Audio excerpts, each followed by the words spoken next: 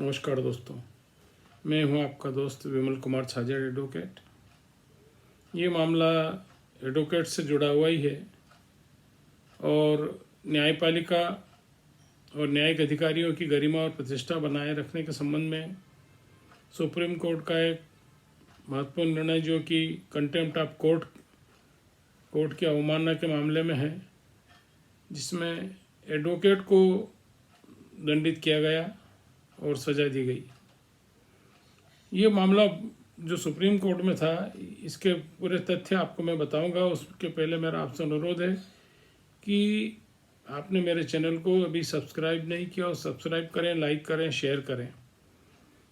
मामला दोस्तों ये 17 साल पुराना मामला है। आपराधिक अवमानना का मामला था जिसमें एक एडवोकेट को इसमें दोषी ठहराया गया था।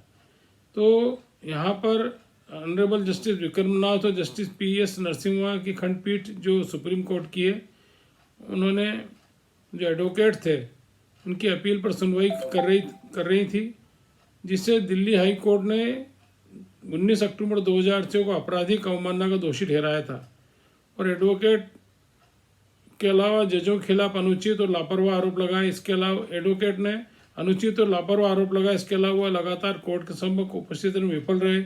वहीं यह भी बात कोर्ट ने कही कि कई ऐसे उदाहरण इशारा करते हैं जिसमें अपीलकर्ता के आचरण की जांच की गई। उन सभी मामलों में अपीलकर्ता की अवमानना का जो उनका कृत्य था वह दर्ज किया गया। न्यायालय ने माना है कि जानबूझकर दुर्भावनापूर्ण है और लंबे समय से जारी था।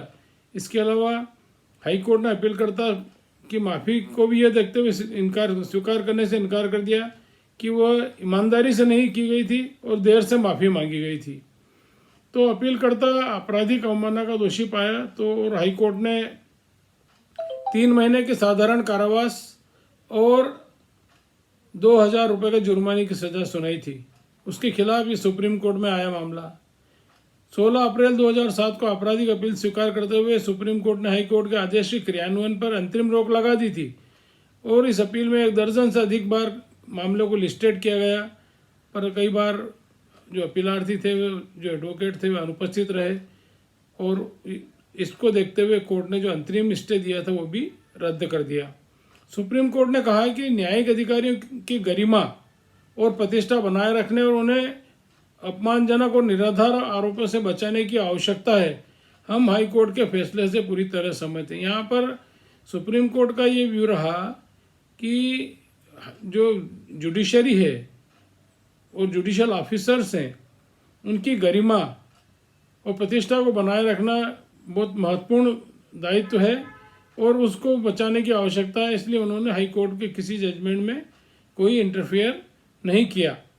अपीलकर्ता जो था उन्होंने ये कहा कि अपीलकर्ता ने हाई कोर्ट ने उसके व्यवहार को देखा तो बेंच उससे सहमत नहीं थी। वो दुर्व्यवहार करना उनकी आदत रही थी। दुर्व्यवहार मामले में सुनवाई करे जजों पर आक्षेप लगाने और धमकी देने की हद तक वे जाते थे। तो यहाँ पर जो 3 महीने की सज़ा थी उस पर सुप्रीम कोर्ट ने एडवोकेट की बीमारी को आधार बनाकर कि वो बीमार रहते हैं तो उन्होंने न्यायालय उठने तक की सज़ा और जो जुर्माना उन्होंने किया था वो जुर्माना बरकरार रखा और अपील को उन्होंने इस संशोधन के साथ डिस्पोज ऑफ कर दिया कि केवल सज़ा 3 महीने की बजाय न्यायालय उठने तक की सज़ा कर दी और जुर्माना बरकरार रखा। तो दोस्तों एक ऐसा मामला था जिसमें एडवोकेट और बार और बेंच की गरिमा से संबंधित एक मामला था ये, जिसमें तो कई बार ऐसी स्थिति बन जाती है और इस तरह के हादसे हो जाते हैं कि कोर्ट में, जिससे न्यायालय की गरिमा को ठेस पहुंचती है। तो एक महत्वपूर्ण जजमेंट अवमानना पर था जो मैंने आपको बताया। नमस्कार।